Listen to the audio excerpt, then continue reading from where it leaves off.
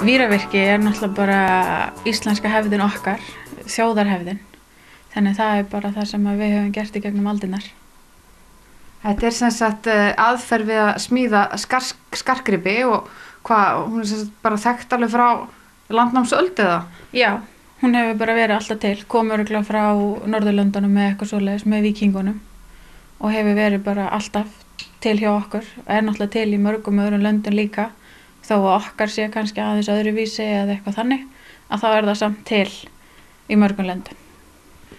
Og þú hefur nú verið dugleg við að kynna þessa aðferð. Þú ert að halda námskeið fyrir almenning og ert að kenna því að búa til víravirkis skartgripi. Hvers vegna? Bara, ég vil halda í hefðina. Þetta svo ofboðslega fallegt sem við eigum og við þurfum að passa upp á þetta deyja ekki út og leyfa fólki að vita hvað við eigum og hvað þetta fallegt. Það alveg rosalega gaman, það mikill áhugi og ég búin að vera með einn hóp sem vill alltaf bara meira og meira námskeið. Þannig það alveg rosalega gaman og líka bara gaman hvað fólk hefur mikinn áhuga á að koma og kynnast þessu og fá að prófa og gera sér svo grein fyrir hvað þetta rosalega mikil vinna og líka bara gaman. Sem sagt gaman að deila þessari kunnáttu því þetta náttúrulega kunnáttar sem má ekki glatast. Nei, nákvæmlega. Þetta náttúrulega bara kunnáttan okkar og við verðum að passa upp á hana. En hvað finnst nútíma íslensku konunni, finnst henni þetta ekkert vera gamaldags vill hún ganga með svona skartgripi? Það rosa misjafnt. Eldri konunum finnst þetta náttúrulega alveg bara yndislegt og amman átti þetta og langamman átti svona uppluturinn og allt þetta.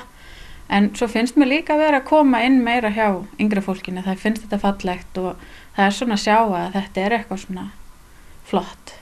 Að sjálfsögðu þetta náttúrulega, þetta rosa mikið vinna og það rosa mikla þolinmæði og en ef fólk leggur sig fram þá allt hægt, eins og ég segi alltaf.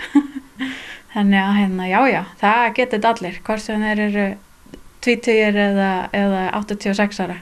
Það allt hægt ef viljinn fyrir hendi, sko.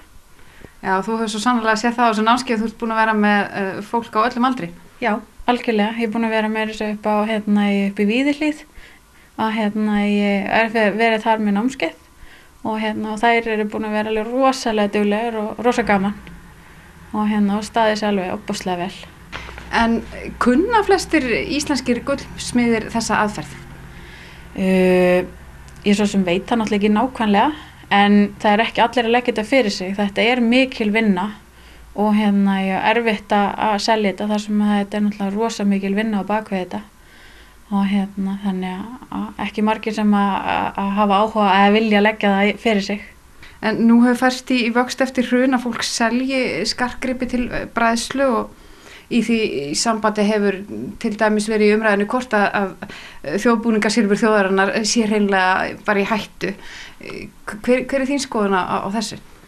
Mér finnst þetta náttúrulega mjög sorglegt og vildi að fólk færi frekar til kannski íslenskra gullsmiða og allavega sýndi þeim og gæfi þeim tækifæri á að þá kaupa þetta eða eitthvað svoleiðis. Þannig að þetta mjög sorglegt. Þú vilt sem sagt að við förum að nota víravirkið meira, ekki bara sem sagt í tengslum við þjóðbúningin. Nei, nákvæmlega. Það það sem ég að reyna að ýta undir að mér langar að fólk fara að nota þetta bara dagstaglega eða til hátíðabrigða eða eitthvað þannig, ekki bara á þjóðbúningnum. Þannig að þetta komi svolítið meira aftur inn í að vera bara íslensk hefð og þannig vonandi tekst það. En svona lokum, það styttist nú í fermingarnar og þá nú oft vinsælt að gefa skartgripi.